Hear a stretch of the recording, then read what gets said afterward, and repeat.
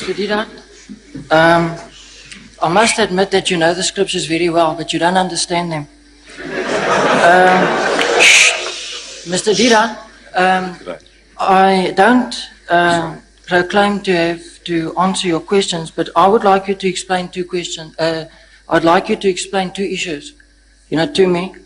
And that is the first one, when Peter walked on the water to Jesus, then he sunk into the water.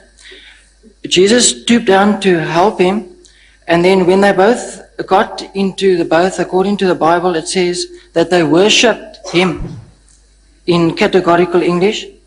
You, on previous lectures recently, said and explained it away that Thomas exclaimed, "Oh, my Lord and my God," in a way of getting a fright.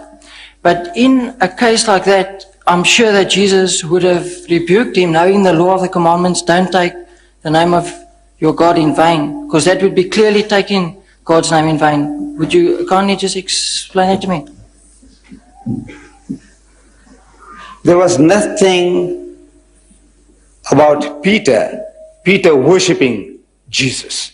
You see, this word worship, you open your new Bible now, New Bible, you'll find a different word for worship. You'll open the RSV, you'll find a different word for worship.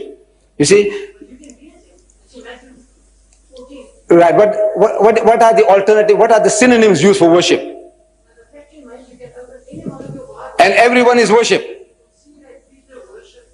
Right. Now to the Jew, if the Jew worshipped Jesus, you see, that means all the disciples were worshipping him. If Peter worshipped him, then all the other disciples likewise must be worshipping him, because Peter was the leader of the disciples. But we find nowhere the disciples ever prostrating before Jesus at any time. The 11 or the 12 worshipping him. Worshipping him means that you are our God. You see, this word worship, you ask the Roman Catholic. Look, they have a good knowledge of the scriptures. They claim an unbroken chain of popes from 1 Peter to today. Now you ask them how many types of worships are there. And they'll tell you there are 3 different types of worship. Right? You say about your sweetheart, your fiancée, says, I worship her. But when you say you worship her, you mean you love her extremely, beyond measure. But you're not taking her for a goddess. Look, this is an expression we use commonly. It says, you're worshipping the guy. It says, money my God, woman my guide, says the Frenchman. We say you are worshipping money, you're worshipping women. But you don't say, money is my God, or you don't say, woman is my God. But you use the word worship. Worship is an extreme form of love. He must have been very much humiliated, and in lovingness, he must have embraced the man, which according to your King James Version has used the word worship. But now if he was worshipped as God, that would be something. He said, no, look, he is our God. Then he must say so. Then he said, look, they were all worshipping him.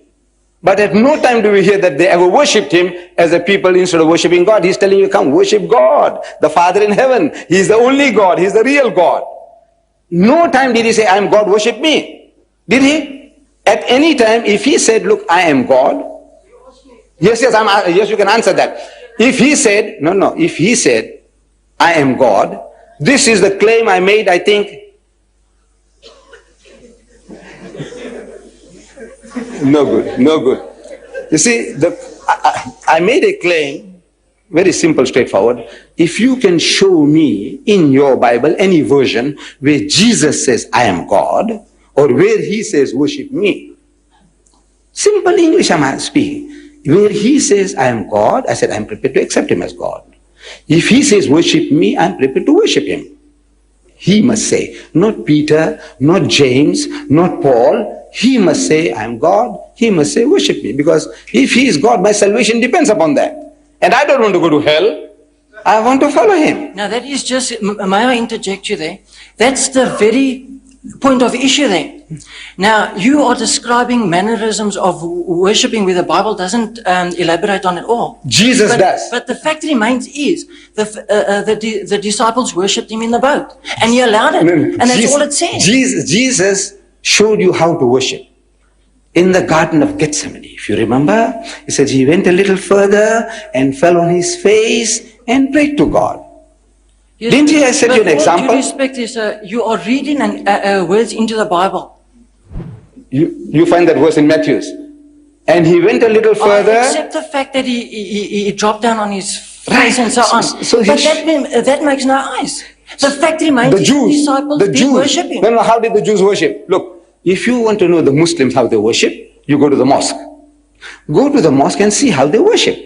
You see, Allahu Akbar, they stand, they read chapters and verses, they go into semi-bend position, they get up, they go down to the ground, touching the forehead onto the earth. This is how the Muslims worship, right? So if I said, look, this chairman or the people worship Deedat, meaning that they loved him with exceeding love. Right. But now you say worship. Now, if the people have a wrong idea, they say, look, what did they do? Did they make ablution and come? And did they fall down prostrate before Mr. Deedat? He says, no. He said, what do you mean they worshipped him? He said, no. Oh man, they were gone mad after him. Now, that's quite a different thing. You see, now you are using a word and you are explaining something else figuratively. But that's exactly what you are doing now. No, I'm not doing that. Jesus Christ and all the prophets, they had a form of worship, the Jews, which you are not following, you don't know. Look, and Abraham fell on his face and prayed to God. And Moses and Aaron fell on their faces and prayed to God. And Joshua fell on his face and prayed to God. And Jesus fell on his face and prayed to God. Look, everybody falling on their faces and praying. What is this? This is the way you worship God. Fall on your face and pray. The Pope, wherever he goes, he kisses the ground. He makes the prostration, as the Muslim does. See, maybe, I don't know, he's communing with the soil or what, I don't know. But he's doing exactly as a Muslim does. Then you might say he's worshipping the ground. He goes to Nigeria, he worships the ground there. He goes to Poland, he worships the ground there. No, he's not worshipping. He's showing some kind of humility, respect, maybe. But now, Moses, this is how he did it. Jesus did it. Abraham did it. Joshua did it. But you don't do it. So you have your own idea about worship.